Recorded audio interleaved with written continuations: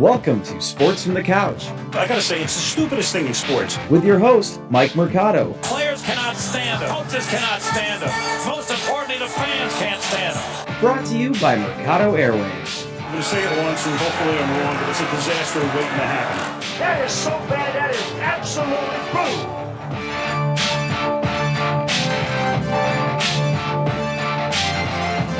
Hello, friends, and welcome into another edition of Sports from the Couch here on Mercado Airwaves. I'm your host, Mike Mercado. I want to thank you so much for making us a part of your day. It is Thursday, October 1st, 2020, and it is time to get ready for Week 4 in the NFL season. I hope each and every one of you has been safe and sound, and I want to thank you so much for being part of us on this Thursday. Please make sure, before we get into our picks, you guys are following us all over social media. I'm on Twitter at Mike M Media. You can follow me on Instagram at Mike Mercado Media, and the show's on Twitter at Couch Sports Talk. So right now, currently in the Mercado Airwave studio, we have the White Sox game going on. It is the bottom of the 6th inning.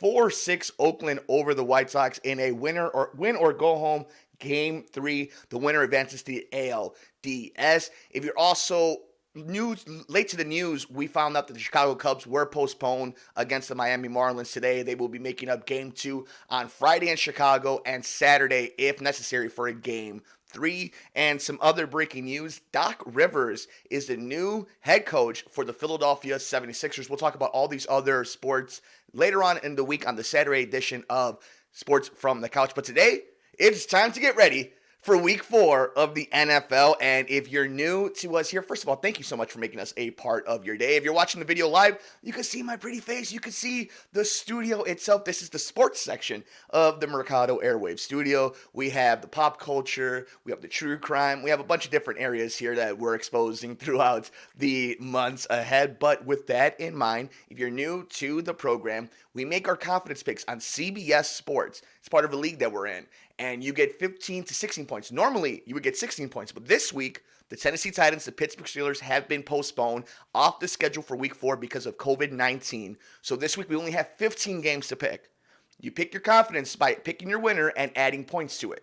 And that is what we've been doing every single week. So why don't we go ahead and get right into it and make our predictions before Thursday Night Football kicks off in what's going to be a real barn burner as the Denver Broncos take on the New York Jets. In this game, I'm going to go with Denver. Although, see, New York might be the worst team in the NFL. But when it comes to actual talent, I think at the end of the day, Melvin Gordon could really eat up a lot of clock. I mean, the Jets don't have Robbie Anderson anymore. Jamison Crowder's hurt. Sam Darnold can't get the ball out because of that offensive line. Denver isn't any better. Denver has lost so many players, but in this specific scenario, I'm going to go with Denver winning on Thursday Night Football. We have the Cardinals and the Panthers. The Cardinals need a bounce back after what happened last week, losing to Detroit. Carolina trying to hold on as much as possible without Christian McCaffrey. Although they did beat the LA Chargers last week. So I'm going to go with the Cardinals winning this matchup. I think it's not going to be particularly close. And I'm really interested to see how Arizona bounces back from that loss last week. We have the Baltimore Ravens and the Washington Football Team. This one's really easy for me. Baltimore is going to come out gangbusters. They are super upset for what happened to them on at Kansas City live on Monday Night Football. And here's the thing, right? Lamar Jackson is a top-tier quarterback. He's MVP. It's without a doubt. You guys got to remember, last year, as great as Patrick Mahomes is, and he's the best quarterback in the league, Patrick Mahomes was hurt last year. So it's easy to see why Lamar Jackson got so much hype, won all these awards last year. But I think we were a little bit clouded too, that we hadn't seen Patrick Mahomes for so long, and then he goes on the Super Bowl run, and then they're still doing it into the season. But Baltimore's a good team. They ran into a buzzsaw that is Kansas City. They ran into a motivated Kansas City Chiefs team. That's not going to happen in Washington. Baltimore's going to come in. They're going to run the ball straight down the throats of Washington, and Baltimore wins big. I have Baltimore over Washington.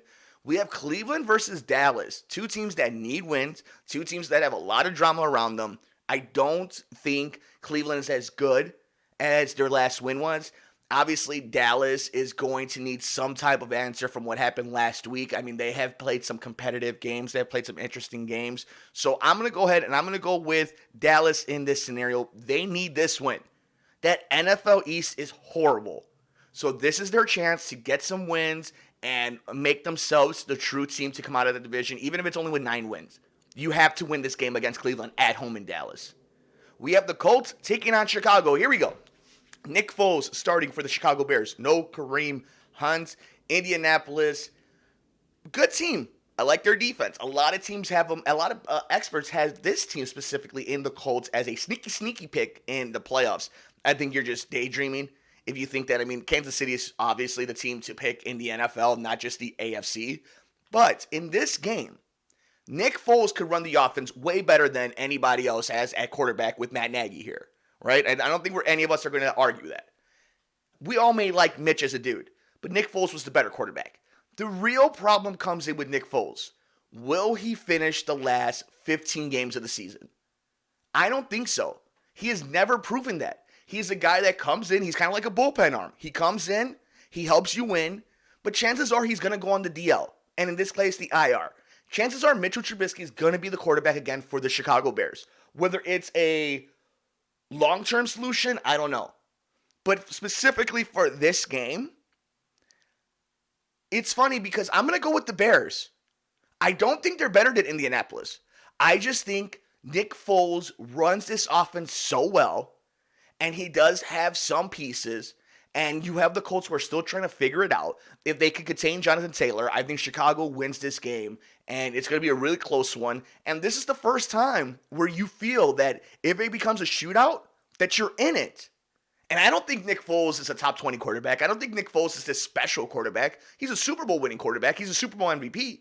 But when it comes to like the rest of the league, that you see these generational talents that are helping teams win forever and for a decade, I don't think that's what Nick Foles is. But in this game, I like him having a full week of practice, being at home, and against a team that, quite frankly, while it is good, will give you a game if you let them. So I'm going to go with the Bears in this matchup. Jacksonville taking on Cincinnati. This is a fun one. Cincinnati's going to win a game eventually, right? Like they're gonna surprise us and they're going to beat a team we're not expecting them. Jacksonville lays an egg against Miami on Thursday Night Football. They've had time to kind of get back. They are a little bit injured. I'll be honest with you, if Cincinnati can keep Joe Burrow up, they're going to win a lot of games. This is going to be one of my upsets. I'm going to go with Cincinnati, although we see 65% of people are picking that game. I don't think it's that big of a margin. I think, Jacksonville has a great chance of winning that game as well. But specifically, I'm going to go with Cincinnati in this matchup. And here's a sip of coffee. Cheers to each and every one of you. All right, how about this? The LA Chargers heading down to Florida to take on Tom Brady and the Tampa Bay Buccaneers. Probably won't have Chris Godwin. Probably won't have Leonard Fournette. I don't think that's much of a problem when you have Mike Evans, who is coming back from an injury. I don't think they're going to have Scotty Miller, although, he's definitely the fourth. So it's going to be interesting to see if Rob Gronkowski, O.J. Howard, and Ronald Jones really help carry that offense for Tom Brady. I think the Chargers, I don't think they're scared. Like, the Chargers are an enigma because I don't think they're scared of anybody in the league. I don't think Justin Herbert is scared of any other quarterback across from him. But I don't think they're that good. Like, you have Austin Eckler, who's a really nice running back. I like Keenan Allen. But, like, the injuries on that defense have decimated that team over the last few years, and there was so much hype about them. People were picking them to win Super Bowls just a few years ago. This team has been so hard to put your finger on to figure out if you were going to be able to see what they were going to project to. I'm going to go with Tampa Bay in this game, but it's really frustrating to see that the Chargers really haven't really lived up to what we all thought for so many years. We have the Vikings taking on the Texans. You talk about two teams that desperately need wins. Started 0-4. There's no coming back from that. I think Minnesota. Okay, so Minnesota won't have Dalvin Cook probably, right? Or at the very least, he's not going to be 100%. Houston, you have Will Fuller, Deshaun Watson. Be interested to see if you get Duke Johnson back. It'd be interesting to see how they're able to play with David Johnson. This is a tough one. I actually think this is a lot closer of a game because offensively speaking, the Vikings do have weapons. And the fact that the Vikings are even playing this game after just playing the Tennessee Titans, who obviously will not be in week 4, I don't know how much emotionally drained they are. I'm going to go with Houston in this matchup simply because of chalk. They're a better team. I think they're not a 0-3 team. They've played like crap, but I think there's a team that is better than that. Minnesota, I can't figure out. The only thing I do know is Kirk Cousins is not a quarterback that's going to get you to a Super Bowl. Is he a quarterback to get you out of this funk? I don't know. But he does have weapons. I just think Houston has more weapons and they will be able to run the ball on you. And if Dalvin Cook isn't playing, time management is going to go to Houston. So I'm going to go with the Texans in that matchup. We have the Saints and the Lions in Detroit. Now, I don't know the fan situation up in Michigan, but at least here, if Michael Thomas is back, okay, let's not even talk about the personnel of the Saints. I understand Drew Brees is not throwing the ball down the field, that he hasn't looked quite right. But at the end of the day, would you put your money on Matthew Stafford or Drew Brees? Do you put your money on Alvin Kamara and if Michael Thomas is playing? Or do you put it on Adrian Peterson and Kenny Golladay? Sean Payton or Matt Patricia? I'm going to go with the New Orleans Saints in this matchup. We have Seattle traveling to Florida as well, although this time they're playing the Miami Dolphins. Miami have a big win on Thursday Night Football last week. Seattle, one of the favorites coming out of the NFC. I don't think anything changes. I think let Russ cook. Let Russ cook. I mean, the man is earning his MVP. Let's go with Seattle in that matchup. We have the Giants taking on the Rams in LA. The Rams are going to win this game. And everything, especially after what happened in Buffalo. They're going to give Darrell Henderson the ball. Jared Goff is going to throw little thinking dives to Robert Woods. Kupp is going to score a touchdown. The Rams are going to hold on to this win very easily. I don't think Daniel Jones, there's always a weird upset in the season. I don't think Daniel Jones taking this beat-up Giants team to Los Angeles is that game of upsets. I'm going with the Rams in that matchup. We have Buffalo versus Vegas, a fun matchup. Who would have thought the Bills and the Raiders would be such a fun little game over in Vegas? I am going to roll with Buffalo. I think Vegas, from what we've heard, they've had some injury problems. I'm not sure how well they're going to line up. I don't know how healthy Darren Waller is. I don't know how healthy Jacob is. I like Derek Carr. I don't think he's a world beater. With that, I think Buffalo has some swag. I think Buffalo has a really good defense. Buffalo has a really good run game. And if Josh Allen plays smart, doesn't take stupid sacks, doesn't take stupid hits, and throws the ball for his guys to be able to catch him, and I know that's very generic, but that's how good he is, that if he does these things, if he just plays a smart game, the Bills should win this game. The Bills should make a lot of noise. I went with Buffalo taking this win in Vegas. And one of the other big games, maybe the game of the week, on at least America's game of the week, we have Cam Newton and his New England Patriots taking on the Kansas City Chiefs and Patrick Mahomes. Cam Newton, Patriots, Mahomes, Chiefs, fun matchup. Different quarterback for the Patriots, but we always know that this is going to be a fun game when New England and KC go at it. I don't see any way Bill Belichick is the... And I hear myself saying it and I have to catch myself. Yeah, if there's a coach out there that's going to be able to stop or slow down Patrick Mahomes, it is Bill Belichick. Except he hasn't yet. That's the thing. He hasn't yet. Honestly, the only team that really has were the Chargers. And that's an in-division game. I'm not sure how much of that was just his play, how much of it was just the flow of the game. But you're going into Kansas City, and you know there's going to be fans there.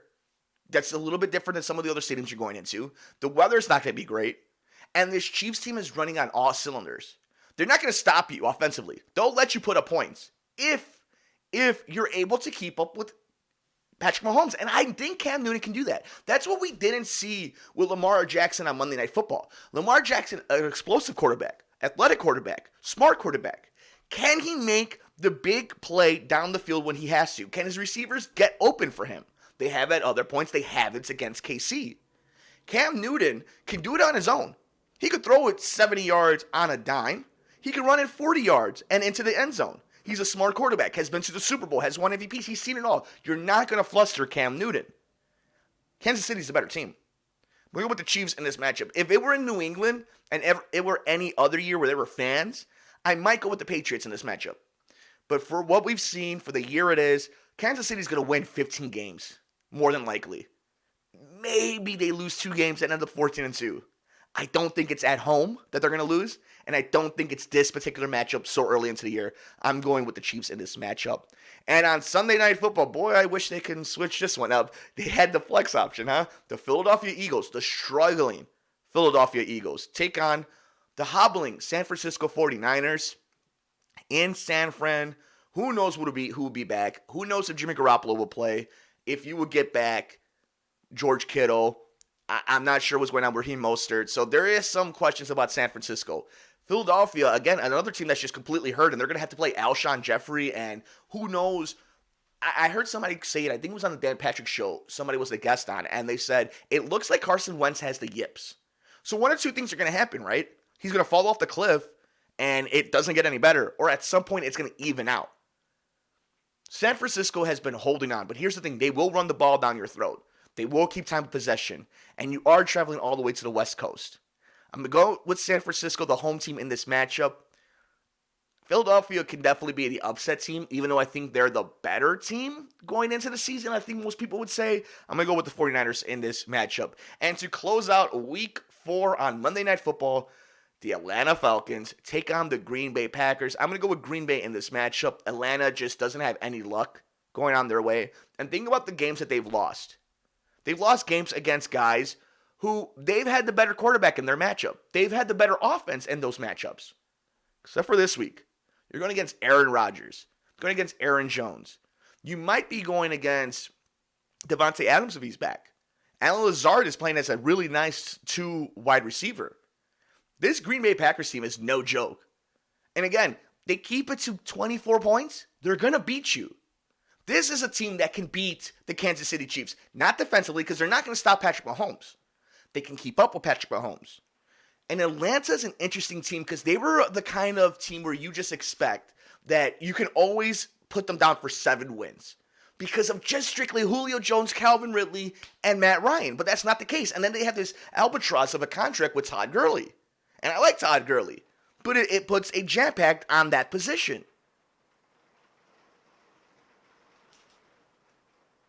And if you can hear the rain just coming down really hard just now, okay. No wonder they didn't do the Cubs game at Wrigley Field. So for all of you who were listening to earlier where people were complaining saying it was all sunshine, that's not the case right now. Although I guess they could have gotten the game in as is. But yeah, I'm going to go with the Packers in this matchup. I think the Falcons are just in a bad place right now, and the Packers look like a team that's going to be in the NFC Championship game. So I'll go with the Packers in this matchup. But with that in mind, let's go ahead and put some points value onto it. So who do I feel the most confident will win their game this week? And there are a couple of interesting matchups. I like Seattle. I like New Orleans. I mean, I guess I'll go with Seattle in Miami. Even though I hate putting so many points on a road team, if you're going to put points on a road team, it's Seattle going against Miami. Let's see who has the Jets. Oh, Denver does, so this one's going to go very low because I don't know who's going to win that matchup. Let's put Baltimore up there. Let's put, as we continue to look at it, and we'll go through all these again if you're new to the program. We recap all of this, and this is all for entertainment value and for you guys to also be able to make fun of me to see how bad my picks were. We keep looking around. I really like Green Bay, even though Atlanta has a lot of firepower, and they've been in every single game, so I'm not going to put all the points on them. Who else do we like? We really like San Francisco will go up just a little bit. I like New Orleans. New Orleans can lose, but I'll go up right there. So let's go ahead and kind of run this down. I have 15 points on Seattle over Miami. Again, Seattle, one of the better teams in the NFL. Miami, one of the worst teams. I think their big shining moment was on Thursday Night Football against Jacksonville, so we'll go with Seattle at 15 points. Baltimore at 14, I'm comfortable with that against Washington.